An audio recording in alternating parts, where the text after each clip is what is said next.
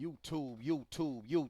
It's your homeboy Fat Rat, Evolved, Original West Side, Playboy Gangsters. Hey, listen, man. Y'all got to be careful, right? Because what we seeing right now in the major cities, right, and these crime reports and this imbalanced news reporting, right? And I know I'm supposed to pause for the live, but it's got to be done another way, man. Let me just keep building. So the thing is this, man. It's this. You got to be aware of what's happening, right? Because when crime is being reported, right, it's according to a political agenda. It's not just a true report of crime, right? Because all kinds of crimes are happening simultaneously with the crimes that are being reported that are not actually being reported. Those other crimes are not being reported in this particular instance. I'm referring to a racial demographic. I'm saying, white people are committing similar crimes to what black people are committing in their cities, right?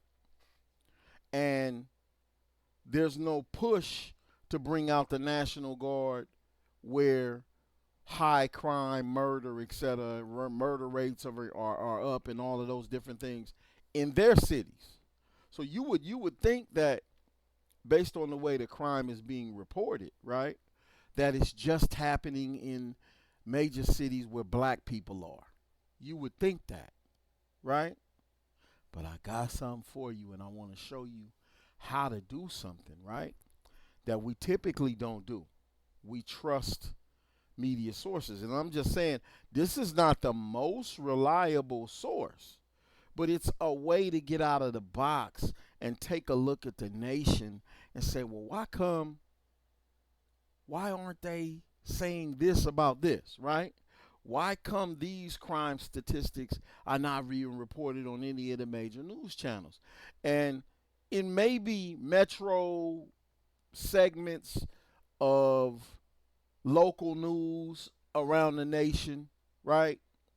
These things may be being reported. I'm not saying that I don't keep up with every, and I have access to that, but I don't keep up with every city in America and their metro news reports.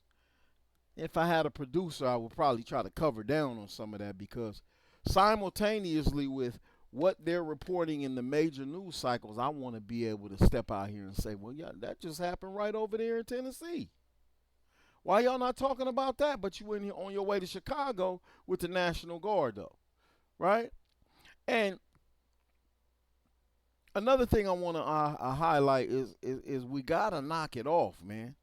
Like the self-destructive thing is kind of run its course, right? You're not the threat that you think you are, right? That's all happening in your mind and with your circumstances, right? And the limitations of your purview, what you actually see, right? On the ground. You think you're ready to handle military operations, but you absolutely are not ready.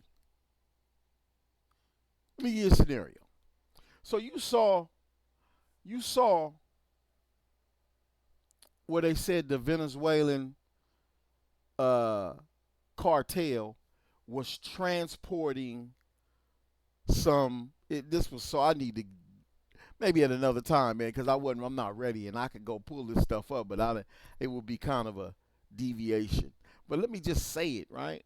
So you saw the report on the news that there was some Venezuelan cartel that were transporting a large shipment uh, of supplies that were used to make fentanyl, and so they were threatening the American. And it was this little boat, right? And they went up in the air, and they had a like a drone with a picture on the boat, right? and then they had a target on the boat, like a scope on the boat. And when they blew it up, they just blew up the boat, like the top part of the boat. They could have blew up that area of the ocean. You understand that, right? They could have just maxed out that whole area of the ocean. But what they're showing you when they do the bombing, right, is their level of precision to kill. Be clear on that, y'all. They showing you not only can we kill, right, but we're precise. We get down to the millimeter, right, and do stuff and target and destroy with depth. And then, you can go look at bombings in Gaza and different places where the United States were assisting, and not just the United States, but other countries that are aligned with the United States, and warfare in general. What they are capable of doing with warfare in the modern times in general, right? They can take out your whole left side of your street and leave the right side. And then come through there, right, in the air, clean up, right, before they ever send anybody on the ground. The ground will be totally clean when they're just doing a mop up when they walk through. You're not ready for that, y'all. I'm telling you, man, I'm from that. What we doing when we get to getting down on each other and, trying to ride on each other and coming for the enemies and the little local enemies across across certain streets. And you know how we say it, man. I'm going across La Brea. We going across Western. We going across. You know what I mean? But that's, to them, that's chump stuff. You know how you know? Let me just give you a instance that you can look at and say this is how they view where you consider yourself to be a crash out, right? And that's putting fear in certain local people, right? Some of the locals, right? You putting fear in the locals, right? With this crash out thing you do. And y'all plotting licks and y'all going through the town terrorizing, right? Y'all robbing jewelry stores and y'all robbing restaurants and laying people down on, armed robberies and stuff. But the day Trump sent them National Guard in there in D.C.,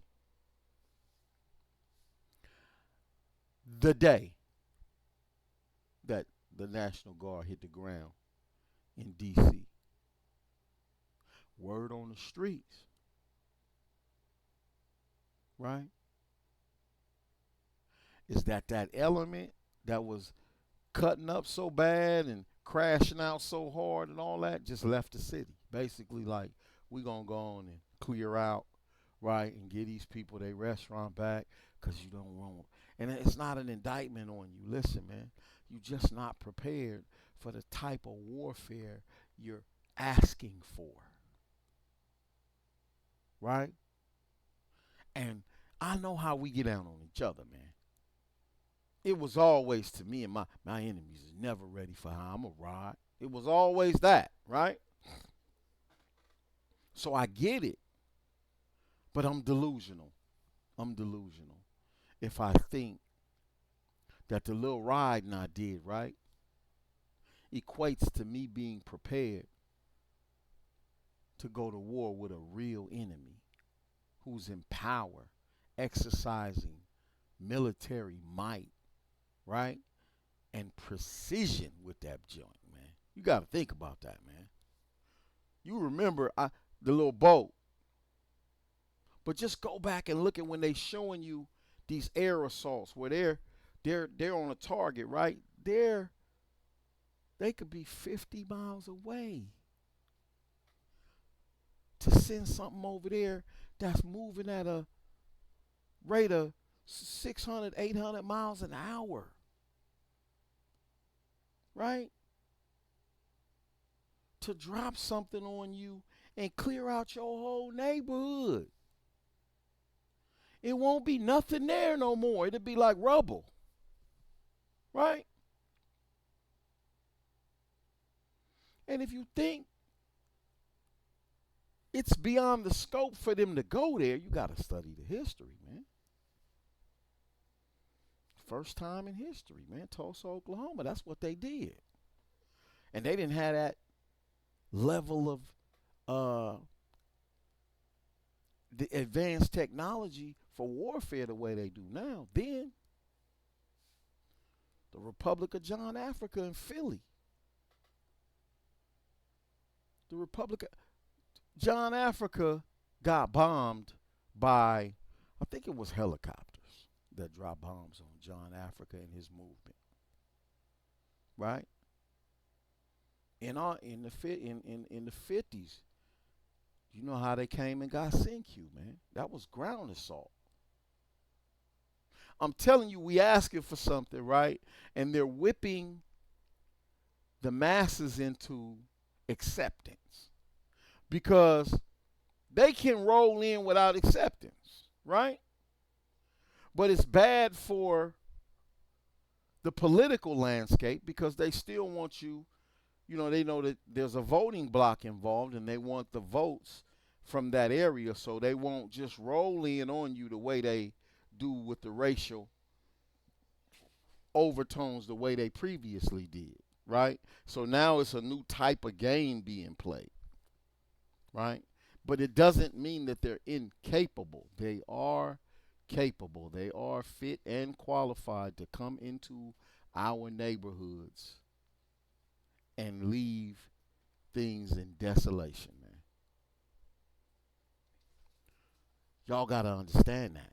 So understand when you hear these news cycles and they talking about the violence going on with black people in LA and New York, Baltimore, the major cities, and they're highlighting crime that we're committing as if those same type of crimes ain't happening in Nashville, Tennessee, where they at. And when you want to go get this type of information to be like just to have more leverage, right? In understanding that you are being manipulated, you're being cajoled into believing that this dilemma, right, has a moral component to it. It's not about morality. It's not about right or wrong, right? There's an agenda for annihilation. You're going to come to see it and realize that, and it's going to be too late, really. But you got to slow down. You got to slow down on thinking you're ready as a gang member to deal with military operations. You're not ready. You're not.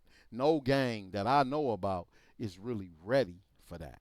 We can't get together at a park 1,000 deep, right, in harmony and have a discussion about moves we want to make without the feds hearing about it 5 or 10 minutes later, because all of the LA gangs and gangs in general have been infiltrated by the FBI as recent as early as like I said, 1978.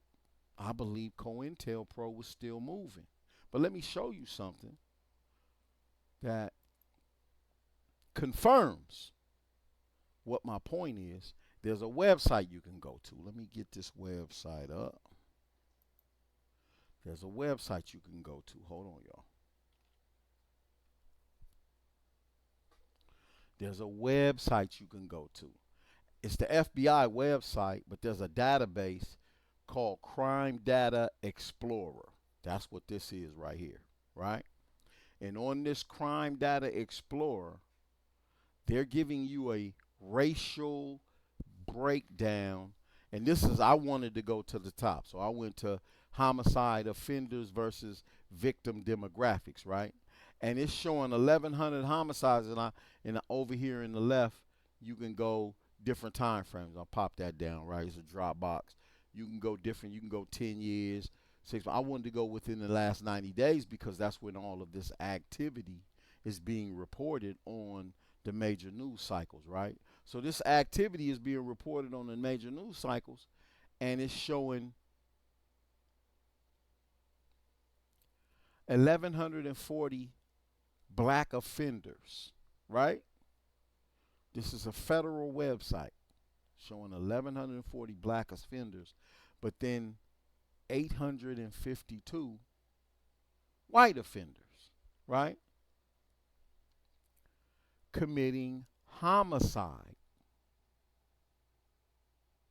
So, although, and these numbers are always to be questioned, right? How did we get to these numbers, right? That's a thing for a research team to delve into. How do they get to these numbers? But the point I'm making is on their report on their website, they're reporting 1,140 for blacks and 852 homicides in the last 90 days for whites. Why don't we see the uptick in national reporting for white homicides? Shouldn't they be bringing the National Guard for 852 murders as well? That don't warrant it. So there's a number. There's like a magic number. That's the determining factor for when they're gonna roll in with the military. Nah, the thing is they don't intend to roll into their own communities militarily. They don't even intend to do nothing like that, right? So I'm just saying this is kind of a wake up, right? A wake up call. Like, listen and pay attention. The way they're reporting these news cycles, they're whipping people, our people, into a frenzy about violent crime in our major cities, as if violent crime isn't happening in their major cities. Violent crime is happening globally, right? It's an epidemic globally. Imagine living in the Gaza Strip right now and being surrounded by, white people who have all of these nuclear capabilities, military bomb capabilities, being supported by America to do all of this bombing, and you just live there and you can't do nothing about it. They're dropping bombs, killing men, women, and children, man, on a regular basis. Imagine living there. Imagine that the minister's teaching us that those things that are happening over there are coming over here, right? And you think you're ready, but you don't ride like Taliban. We don't even ride like that.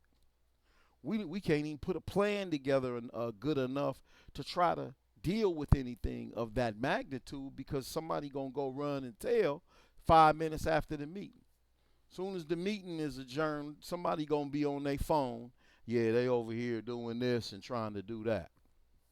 Because we are fully infiltrated. And we don't have a core belief that ties us together, that we say, persecution is worse than slaughter, right? We don't even talk like that anymore, right?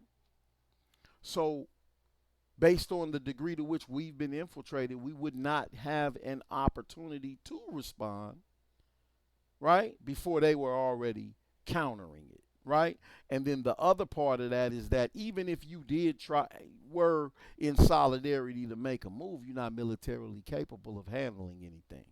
Like, we don't have anything to fight this enemy but unity. Our unity is more powerful than any of their nuclear weapons. If you only understood the value of our unity, right? We have to get together. We have to join hands, not for kumbaya, but for separation. Because those are our options. That's what it's coming to. Separation or annihilation. We've been telling y'all that for over 50 years, right? Now it's coming to the door. And the question is, what we going to be in terms of making the decision to separate and go for ourselves. Like I said in my last podcast, dealing with fear being our real problem, we don't have to physically get up and go anywhere to separate. Just want to let y'all know that, right? It's your homeboy Fat Rat Evolved, original West Side Playboy Gangsta. I just wanted to drop in, stop in, and let y'all know, man, it's something more to consider. I got to do my lives a little more too. So I seen a couple of y'all pop in. I don't know how to manage that and give y'all the shout out. I got to get that set up too where I can shout y'all out for dropping in, man. But in the meantime, man, in between times, you know, you work your thing and I'm gonna work mine. All right. So let me see what we gonna do. Let's close like we gonna close like we came in, man. All right, y'all. Peace.